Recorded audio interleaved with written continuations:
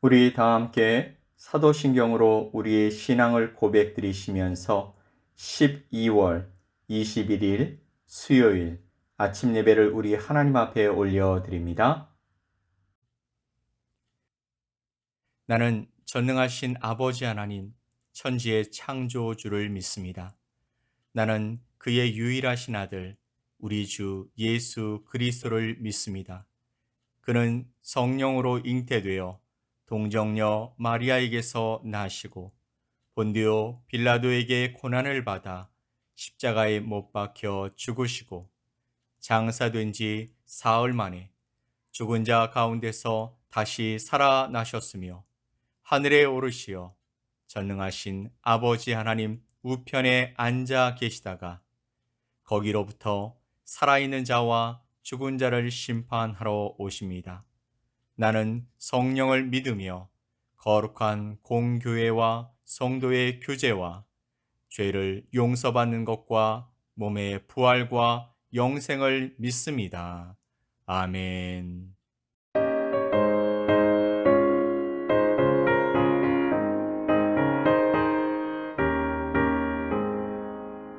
내 영혼에 햇빛 비치니 주 영광 찬란해. 이 세상 어떤 빛보다 이 빛 더 빛나네.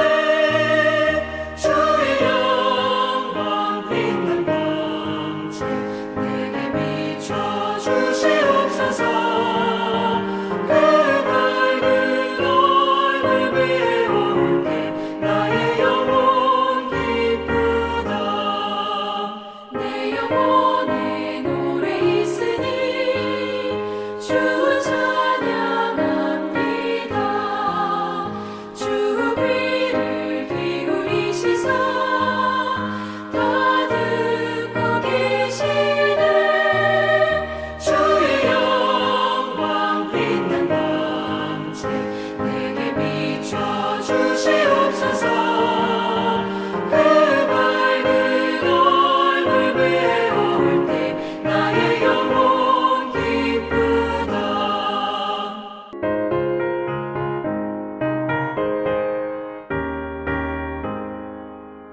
내 영혼의 봄날 되어서 주 함께 하실 때 그 평화 내게 깃들고 주 은혜 꽃피네. 주의 영광 빛난 광채 내게 비춰 주시옵소서.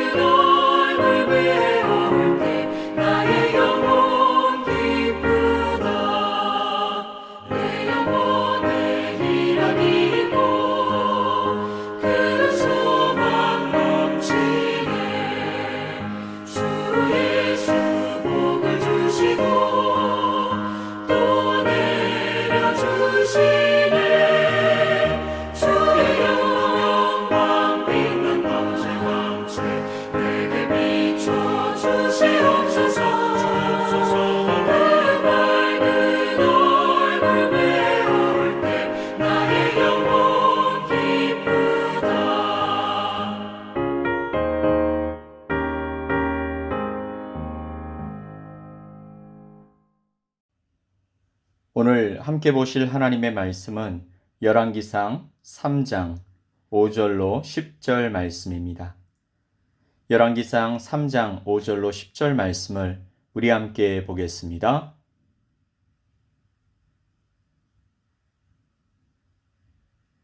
기브온에서 밤에 여호와께서 솔로몬의 꿈에 나타나시니라.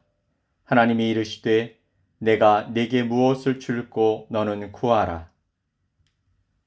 솔로몬이 이르되 주의 종 내 아버지 다윗이 성실과 공의와 정직한 마음으로 주와 함께 주 앞에서 행함으로 주께서 그에게 큰 은혜를 베푸셨고 주께서 또 그를 위하여 이 큰 은혜를 항상 주사 오늘과 같이 그의 자리에 앉을 아들을 그에게 주셨나이다.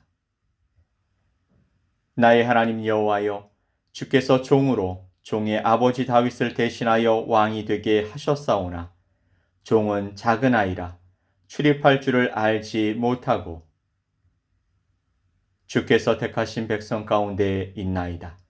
그들은 큰 백성이라 수요가 많아서 셀 수도 없고 기록할 수도 없사오니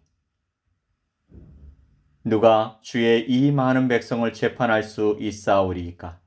듣는 마음을 종에게 주사 주의 백성을 재판하여 선악을 분별하게 하옵소서. 솔로몬이 이것을 구하매 그 말씀이 주의 마음에 든지라. 아멘. 솔로몬이 왕위에 오르기는 했지만 매우 힘들고 어렵게 즉위했습니다. 그는 서열로 따진다면 저 뒤에 서야 하는 처지였죠. 게다가 아버지 다윗이 나이가 많아서 분별력이 사라진 틈을 타 가장 강력한 후계자였던 아도니아가 아버지 다윗 몰래 지지자들에게 둘러싸여 왕위에 즉위한다라고 스스로 선포까지 했던 것입니다.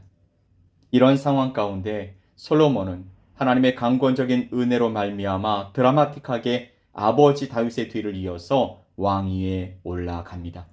그가 권력을 잡긴 했지만 솔로몬은 좌불안석이었을 것입니다. 왜냐하면 백성들은 여전히 그의 아버지 다윗을 그리워했고 툭하면 아버지와 자신을 비교했을 것이기 때문입니다. 이토록 불안한 상황 가운데 솔로몬은 무엇에 집중하며 살았을까요?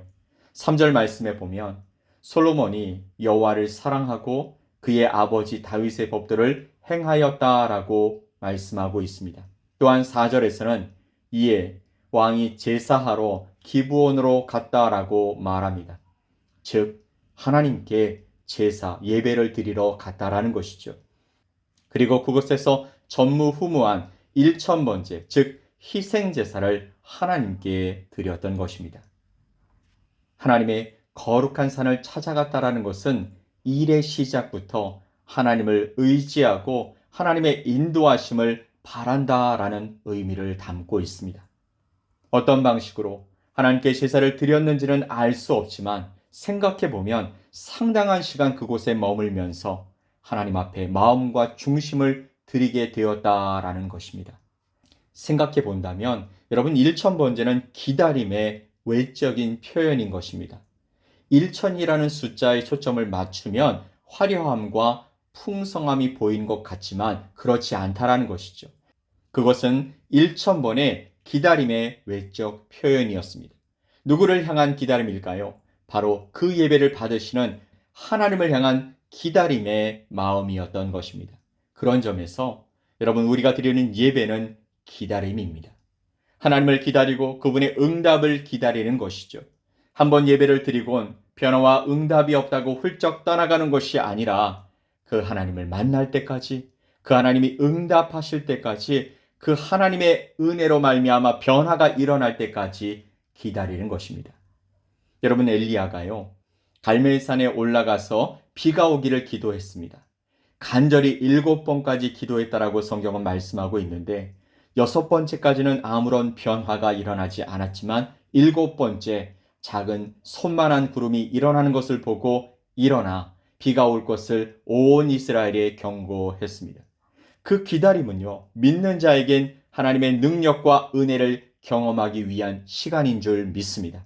이런 사람을 우리 하나님은 그냥 내버려 두시지 않으시죠. 마침내 하나님께서 이 솔로몬에게 찾아오셨던 것입니다. 사랑하는 성도 여러분, 예배는 기다림입니다. 그 기다림에 마침내 은혜가 임하는 것이죠. 여러분, 주일 예배 한번 드렸다고 끝났다 생각하고 집에 돌아가 힘들게 살지 마시고 이어지는 예배들을 통해 하나님을 기다리고 하나님의 은혜로 가득 채워지시길 예수 그리스도의 이름으로 간절히 축복합니다. 아멘.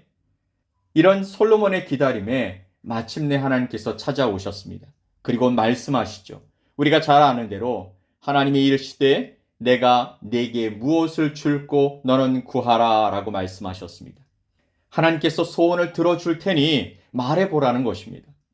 막상 이렇게 물어보시면 무엇을 말해야 할지 머리가 복잡했을 것 같은데 솔로몬은 이렇게 구합니다. 나의 하나님 여호와여, 주께서 종으로 종의 아버지 다윗을 대신하여 왕이 되게 하셨사오나 종은 작은 아이라 출입할 줄을 알지 못하고 주께서 택하신 백성 가운데에 있나이다. 그들은 큰 백성이라 수요가 많아서 셀 수도 없고 기록할 수도 없사오니 누가 주의 이 많은 백성을 재판할 수 있사오리이까. 듣는 마음을 종에게 주사 주의 백성을 재판하여 선악을 분별하게 하옵소서. 아멘. 이때 솔로몬의 나이가 실제 20살쯤 되었다라고 학자들은 말합니다. 세상적 지혜를 가지고 살 정도의 나이는 아니었던 것이죠. 그러나 단순히 어리다고 해서 그런 것만은 아니었습니다. 그는 자신의 부족함을 고백하면서 하나님의 절대 도우심을 구하는 겸손함을 가지고 하나님 앞에 나아갔던 것입니다. 그런데요, 우리가 눈여겨볼 사실이 하나가 있습니다. 1절 말씀을 보면 솔로몬이 애굽왕 바로와 더불어 혼인 관계를 맺어 그의 딸을 맞이하고 다윗성에 데려다가 두고 자기의 왕궁과 여호와의 성전과 예루살렘 주위의 성의 공사가 끝나기를 기다리니라. 애굽왕 바로가 자기의 딸을 정략 결혼으로 솔로몬에게 아내로 주었다라는 것입니다. 애굽왕은 그 지역의 절대 강자였습니다. 그런 그가 솔로몬에게 자기 딸을 주었다라는 것은 바로왕 역시 솔로몬을 눈여겨보았다라는 뜻이고요. 솔로몬의 입장에서 보면 이것은 아주 든든한 배경을 얻은 것과 같습니다. 그런데요, 이런 세상 든든한 권력을 가진 솔로몬이 기브온촌 동네에 와서는 한참 동안 하나님께 일천번제를 드리고 기다리고 또 기다렸습니다. 그리고 마침내 하나님께서 내가 내게 무엇을 줄꼬 물으셨을 때 대답하기를 자신은 작은 아이라고 말합니다.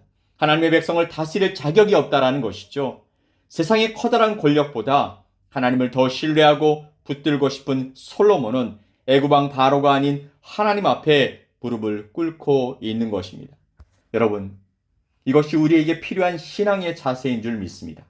세상의 힘은 바로 써먹을 수는 있겠지만 우리를 견고하게, 온전하게 또 영원토록 이끌어 세워줄 수는 없습니다.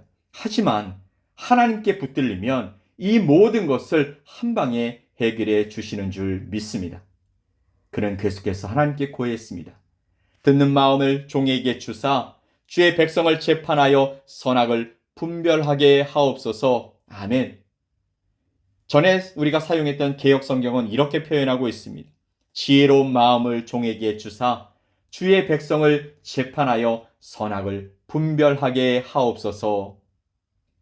백성들을 정의롭게 다스리고 선과 악을 구별하기 위해 바르게 재판할 수 있는 지혜로운 판단력을 달라고 하나님 앞에 구했던 것입니다.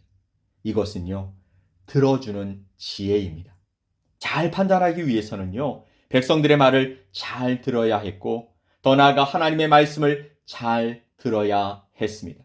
그러니 듣는 마음, 열린 길을 달라고 고백할 수밖에 없었던 것이죠. 이 간구에 하나님이 어떻게 반응하십니까? 솔로몬이 이것을 구하매 그 말씀이 주의 마음에 든지라. 솔직히 지금 솔로몬이 이스라엘을 통치하기 위해서는 다른 많은 것들이 실제적으로 필요했습니다. 지혜, 그것은 당장 드러나는 것도 아니고 결과를 예측할 수도 없는 것이기에 그보다는 더 확실한 재물, 군사, 영토, 권력, 건강, 많은 자손 등이 구할 것들이 있었을 테지만 그런 것들은 있다가도 없어지고 없다가도 있는 것이기에 그는 아버지 다윗을 세워주신 하나님의 지혜를 구했던 것입니다. 이 솔로몬의 간구가 하나님의 마음을 움직였죠. 하나님을 감동시켰다라는 것입니다. 사랑하는 성도 여러분, 하나님이 감동하시면 하나님께서 우리의 삶에 크게 역사하시는 줄 믿습니다. 아멘. 잠언 3장 5절로 6절 말씀에 너는 마음을 다하여 여호와를 신뢰하고 네 명철을 의지하지 말라. 너는 범사의 그를 인정하라. 그리하면 내 길을 지도하시리라 라고 말씀하십니다. 여러분, 스스로 지혜롭다 여기지 마십시오. 자신의 꾀에 자신이 넘어가지 마십시오. 우리는 오로지 하나님을 의지하며 사는 하나님의 백성이 되어야 할 줄 믿습니다. 그렇다면 우리가 하나님을 의지하고 있다라는 증거가 도대체 뭘까요? 하나님께 기도하고 하나님께 끊임없이 예배드리며 그 앞에 잠잠히 기다리며 하나님의 은혜와 하나님의 그 사랑과 능력을 힘입는 것 아니겠습니까? 하나님 앞에 예배하며 하나님의 능력을 기다리고 지혜를 기다리고 하나님의 역사를 기다리는 것, 그것이 바로 하나님을 의지하고 있다라는 증거가 된다라는 사실입니다. 오늘도 이 아침 예배에 함께 참여해서 하나님을 기다리는 여러분 모두에게 하나님이 함께 하시는 은혜의 역사가 있게 되길 간절히 기원합니다. 여러분을 붙들어 이 땅 가운데 하나님의 일을 이뤄가실 우리 주님을 또한 찬양합니다. 오늘도 그 하나님으로 인해 복되고 행복한 하루가 되어지길 소망하며 예수 그리스도의 이름으로 간절히 축복합니다. 아멘. 우리 함께 기도합시다. 우리 가운데 함께 하시며 우리를 통해 하나님의 역사가 이 땅 가운데 흘러가길 기대하시는 하나님 아버지, 솔로몬이 온전한 예배자로 세워지며 하나님을 만났던 것처럼 우리도 하나님이 찾으시는 그 예배자가 되게 하옵소서. 또한 우리의 욕심을 따라 구하지 말고 하나님의 뜻을 따라 하나님의 지혜로 채워지는 우리 모두가 될 수 있게 하여 주옵소서. 오늘도 그런 우리와 함께 하실 주님을 기대하며 예수 그리스도의 이름으로 기도 올리옵나이다. 아멘. 하늘에 계신 우리 아버지여, 이름이 거룩히 여김을 받으시오며 나라가 임하시오며 뜻이 하늘에서 이루어진 것 같이 땅에서도 이루어지이다.